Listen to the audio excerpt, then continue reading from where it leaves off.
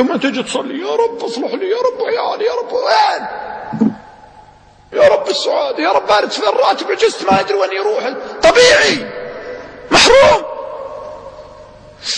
جيت بين اثنين تجار بينهم مشروع، المشروع قيمته 18 مليون. شوفوا اللي الله يفتح له، اللي الله يفتح بصيرته. 18 مليون قيمته أو حول 18 مليون. كانوا في البداية أول ما بدأ المشروع ما حددوا نسب، فلما صار في مشكلة بعد سنين هذا يقول لك 40% وهذا يقول لك 50%، صار الخلاف بينهم على قرابة الظاهر 10% أو شيء. فأنا الحقيقة يوم شفت الموضوع كلمت الكبير، كلهم عقال بس تعرف الكبير عاد توسمت فيه انه بيفهم رسالتي اكثر واسرع.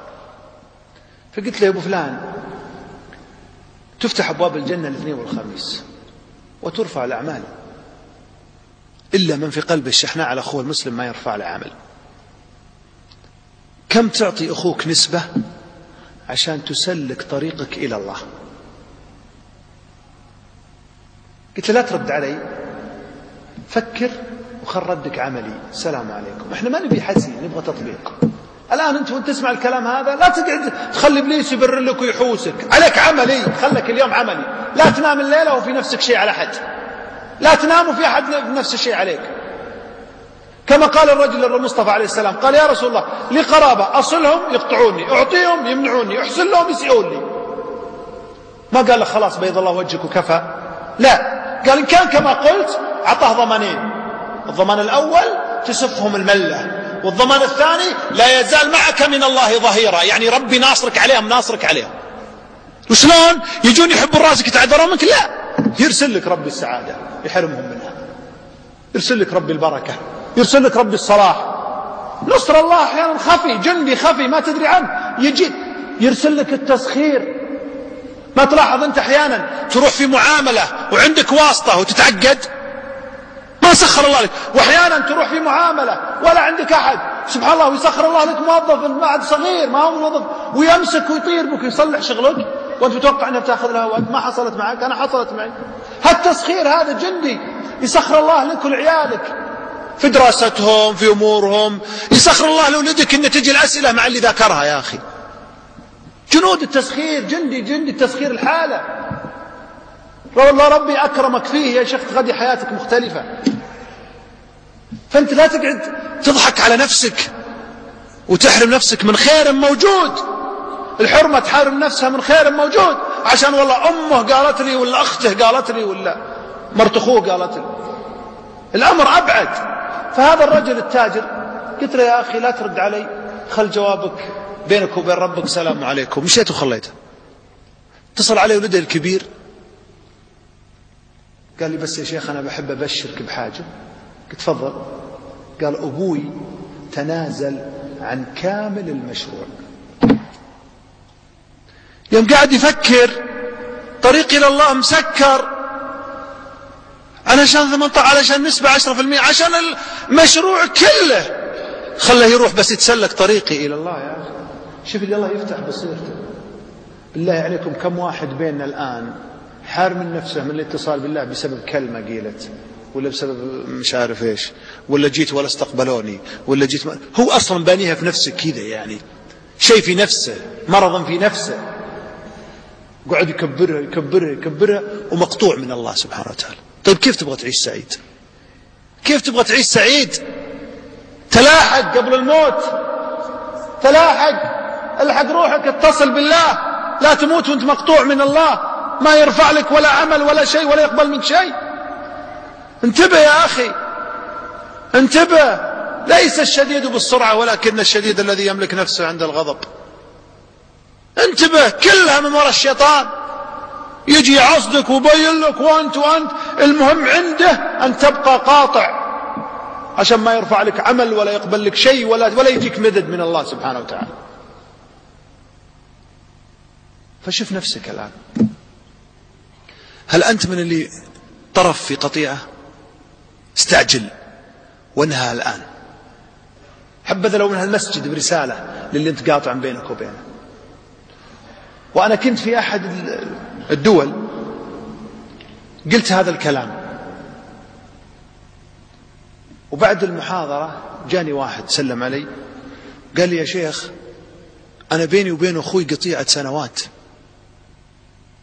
وكنت كاشم منه، ولا جت مناسبة أتأكد إذا هو بيجي ما أروح، لأني مجرد ما أشوفه تجيني ضيقة، يا إما في طريقة السلام يا ما يسلم علي يا ما أسلم عليه، المهم يحصل بيننا. فيقولون أنا جالس في المكان في المحاضرة وأنت تقول ارسل رسالة، يقول تجرأت وأرسلت رسالة، أرسل لأخوه قال: أخي والله أني أحبك وأنه محزني اللي بيني وبينك وسامحني وكذا، ما أرسل لي رسالة لطيفة. تصوروا يا جماعة الخير أنه جاه الرد وهو في المسجد وهو في المحاضرة، جاه الرد. صدقوني يا جماعة أي اثنين متقاطعين ودهم يصلحون، لأن أصلا بذرتهم بذرة خير وفيهم دين، بس إبليس شغال والناس اللي حولهم ما يدفدفونهم على الخير.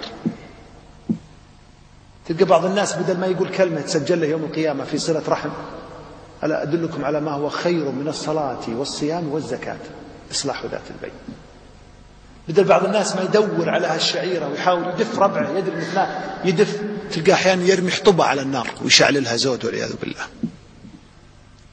بدل ما تسعى في صلح وتجيب اللي أصغر منك سن من عيال عمك ولا من أخوانك وتشد عليهم وتقول: لا يا أخي اتقوا الله، احنا مقطوعين من الله، منزوعين البركة، منزوعين كل جنود الخفية منزوعة مننا، منزوعين كل ما صابك شيء راجع روحك، انت قاطع فيك قطيعة. إذن هذا السبب موجود. هل نقوى أنفسنا يا جماعة؟ نقوى أنفسنا. ابن مسعود رضي الله عنه إذا بدأ محاضرته كان يقول: إن كان بيننا قاطع فليخرج، فإن الرحمة لا تنزل على قوم بينهم قاطع. يعني قوم زي هذول زينا كذا مجتمعين، لو بيننا قاطع ما تنزل علينا الرحمة. والجمعات اللي زي كذا أصلا نجتمع عشان تنزل علينا الرحمة، ولا لا؟ بسبب واحد قاطع ممكن يا أخي. إذن لنطهر قلوبنا الآن. من في خاطر الشيء يا جماعة يطهر قلبه من الآن. وأنا أول واحد أعاهدكم وعهد ربي الآن أرفع إيدي قدامكم إني تنازلت عن كل من أساء لي. فيكم أحد يطهر قلبه الآن يرفع إيده معي يا جماعة الآن؟ الله يشوفنا. رفعت يدك تعني دعوة للاتصال بالله. تستحي تتصل بيض الله وجهك يا شيخ. من يرفع يده ويتصل بالله يا جماعة؟ وراكم تستحي انك تتصل بالله يا جماعة الخير. الله يشوفنا. كلهم رفعوا ما شاء الله تبارك الله. يا أبوي الله يوسع صدوركم. ارفعوا يا سلام. من في خاطر الشيء من الآن طاهرين يا جماعة؟ يا بيض الله وجهكم. هذا هقوتي صراحة، هذا ظن بيض الله وجهك كسبتها. ما أول من رفع يده ما شاء الله سنة حسنة بيض الله وجهك. الأمر الثالث يا جماعة من الأمور اللي ضرتنا الكلام في الناس، الغيبة للأسف الشديد. الحين في عندنا موضوعين. الموضوع الأول الأغنية وش هي؟ معصية، صح؟ الغيبة وش هي؟ كبيرة. الأغنية كبيرة، للأسف الغيبة كبيرة والأغنية معصية. وش أخطر؟ الغيبة أكبر. طيب المعصية وش نسميها حنا؟ مزمار الشيطان، صح؟ عشان نكره الناس منها، وهذا جيد جدا وجزا الله خير من سماها. لكن الغيبة وش نسميها؟ فاكهة المجالس. شفتوا شلون إبليس لعب علينا؟